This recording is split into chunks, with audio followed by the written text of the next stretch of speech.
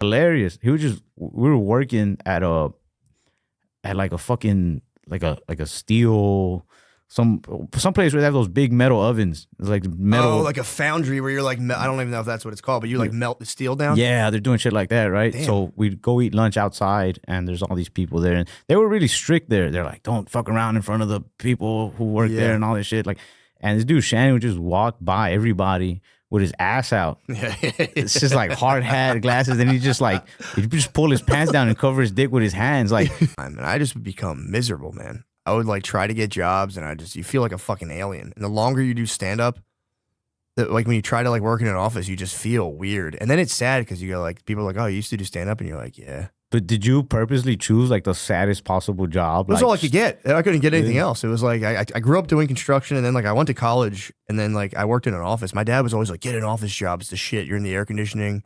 And then I got in an office, and I'm like, this is fucked. Did you ever work in an office before? Mm-mm. It's fucked up, dude. Sounds boring. It's unbelievably boring, and it's everybody's doing nothing. I made it like, I think 4 months at one internship, and then I lasted 3 weeks in another office, and I have like a short experience with it. But dude, it's like, it's really fucked up. Everyone's doing nothing. Everyone's pretending to work, and then there's this like big hierarchy where you're getting like, I would get emails in all caps, to like to let them know they were mad at me, and I'd be like, the dude's like right there, and I'm like, what the fuck is your like, problem? Yo, you got a problem, Joe? Yeah, for real. I'd be like, what the fuck is your? But I did. I was at an office, and there was a guy. He was like a high up partner, and he like, there was like this big dramatic thing where he broke away from like his other partners in this office, and his name was like Marissimo. He had like some name that was just in like, I had to go to his Google email and delete. I think it was illegal. I think they wanted to delete proof of like something that they had, so I had to delete shit out of his email. But then I pulled up his Google chat, and I was like chatting up other people from the office as him. And my boss found out and sent me an email. So I was like, I hit up my I had like the big boss, and I had like my direct boss, and I hit him up. I'm like, what are you doing? He'd be like, hey, what's up, Marisa? I'm like, bro, I got a bottle in my room. I'm kind of lonely if you want to chill. And then he thought it was funny. He told me like, yo, hit up this guy, hit up that guy. And then eventually my like the boss of the bosses found out and sent me the all caps, like, do not use chat feature while using Marisa. It's fucked up, man. It's like there was a guy in there who would be like, I'm not going to talk to any of you unless you close a deal. And he would walk in he came in only once a week from New York.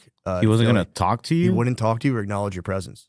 Unless you close the deal? Unless you close the deal. So if you said so like, you were rewarded with his presence? He sucked too. Yeah, he was such a dickhead. So like he would come in, and like the guy next to me was like, dude, I just want to like make a good impression and talk to him. And his sister also worked there. She was also like one of our bosses, and she was like, I can get like you like a face-to-face if you want. And the dude set it up, dude, through his sister. And the guy came into our office like, hey man, how you doing? It was like a shitty meet and greet. Yeah, dude, it was awkward. It was really fucking awkward. Yeah, dude, I'm telling you, office life. I have like a serious thing against it, and I think it like for real gives people brain damage. I never took advantage of like the, I guess, jobs I could have had. Mm-hmm. I always went to like work with illegals. Yeah, I had my first job when I was 12. At like I was a dishwasher. My buddy's family had a restaurant. That dude over there. Oh, nice. And so we're just washing dishes and with his uncles and like working in the kitchen, you know. Yeah. So then I did that, or I'd go. My dad had a couple different businesses. He had a body shop, so I'd go sand cars in the shop where there was no like code requirements. Yeah, you can do whatever the fuck you want. Yeah, there's like pictures of naked ladies in mechanic shops. It's there like was a lot of yeah, dude. It's like that far off. Then you go to an office and you're like, you think you can talk pussy with someone at work because that's how it is in construction. If you get pussy, you tell everyone. So I would go in and like tell my office mate like I got pussy last night, and then the lady who was like the boss would be like, you can't talk like that. All caps email coming your way. All caps email cooking one up, being like, you are not allowed to refrain from referring to the activities prior to the night. Bro, you're like, dude, I grew up around these types of jobs. So by the time I was of like working age, like 16, and I went to work at McDonald's, even that was too corporate for me. Yeah. They're like, I got to like talk to the fucking customers. I was like, can I just wash the dishes? And they're like, no, you're not old enough to do that. I'm like, you'd be surprised. Yeah, true. Yeah, I've been doing this from a young age. Yeah, it does. Working construction does kind of throw you off for the rest of the job market. Like I saw my dad, or not, it wasn't my dad. It was someone. It was like one of my uncles. Like, actually, I didn't see this. I was there. They had a guard dog, and the dog tried to bite me and a couple other customers. It was like a big trash yard. Oh shit! And I came in like, you know, you go to work. Like I'd go to work with my dad. Like, you know, another Saturday, like months later, would pop up, and I get to go. And I was like, "Where's the dog?" And he's like, "We shot it." They like shot the dog. They just killed it. Yeah, like you tell people that, and they're kind of like, "That's fucked." You were like, "That's how we did all caps emails in where I come from, baby." My uncle shot the dog, just like took it in the back. It was like, poof. Damn, dude. You were like, "That's fucked up." I'm like, "It was trying to bite. Don't try to bite me. I was a child." But also, working in those types of settings where like I'm just me and a bunch of Mexican dudes. I think if I hadn't heard this, I maybe would have just been stuck there and never taken advantage of the fact that I was like born in the States and like have an education. But I was working at a body shop, and this dude one time, I was maybe like 20, and one of the dudes told me in Spanish. He's just like, he's like, "Hey man, you don't have papers?" I was like, "Nah, yeah, I was born here." And he was just like, "Oh," he's like, "But you didn't finish school?" I said, "Yeah, I finished school. I have a diploma." Yeah. I was like, "I even got a semester of community college." You know, like yeah. He's like, "Oh," he's like, "And why do you work here?" Yeah. And I was just like, "Oh shit!" Like this dude's trying to tell me something here. Like, you know, because I think that guy had kids around my age, and I remember going to one of theirs like graduation party, and he was also telling me about that. He's just like, you know, like you could do more stuff. Yeah. Like you know English, you're educated. Like fucking do stuff. Get the fuck out of here. Yeah. Yeah, that's how my dad always was too. He was like, "Don't," because when you're younger, you get hooked to the money of like kind of like construction or like auto body, because you do get paid more than you would anywhere else as a young kid. That I always have people like, "Don't get hooked to the money, man." Just like eventually your body gets all fucked up. I feel like I would get hooked to the hang. The hang is sick, dude. The hang's so good. I just liked working in places where like I got along with the people.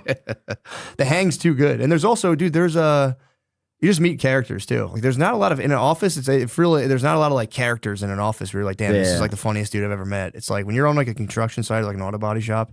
If you're they're hilarious. Yeah, if you're the funny guy in an office, you must be like pretty funny. But work somewhere where like you can get dirty and like really fuck around, you know? It's unbelievable. Hold like a old piece of like pipe and act like it's your dick. You know what I mean? You can't do that in an office. Or like I'd see people fist fight in like a construction job. Yeah. Boss would be like, "Knock it the fuck off," and you two shake hands, and it was just like, "Are you right back to work?" This is gonna sound like a little weird, but hanging out with like these racist country dudes at the construction job I had, and I only had this job for about maybe 6 months, and these guys would say some pretty racist shit. Yeah, but never to me or like my Mexicans that I worked with. Like it was weird being around people who were like racist but still like respectful. And at first I'm like, bro, what's their fucking problem? I don't want to work with these, man, fuck them. Like I'm not gonna be able to. But it was funny. Yeah.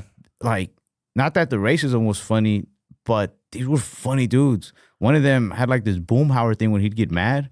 There were these 3 brothers, and I can't remember which one was which might be racist of me, because one was Joe, one was John, and the other one was like Jim. I swear to God.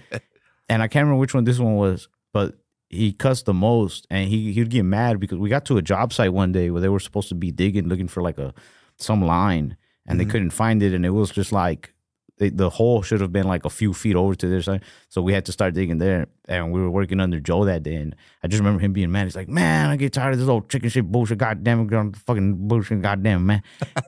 We're just like, oh shit, Joe's mad, bro. He's doing the boomhauer thing. Another guy there, a young dude, he might have been around my age, or maybe a younger dude named Shannon, and the other dudes would get mad at him because he's like lazy, but that guy was hilarious. He was just, we were working at like a fucking like a steel some place where they have those big metal ovens. It's like metal. Oh, like a foundry where you're like, I don't even know if that's what it's called, but you like melt the steel down. Yeah, they're doing shit like that, right? Damn. So we'd go eat lunch outside, and there's all these people there, and they were really strict there. They're like, "Don't fuck around in front of the people who work there," and all this shit. Like, and this dude Shannon would just walk by everybody with his ass out. It's just like hard hat, glasses, and he just pull his pants down and cover his dick with his hands. Like, we're just like, what the fuck?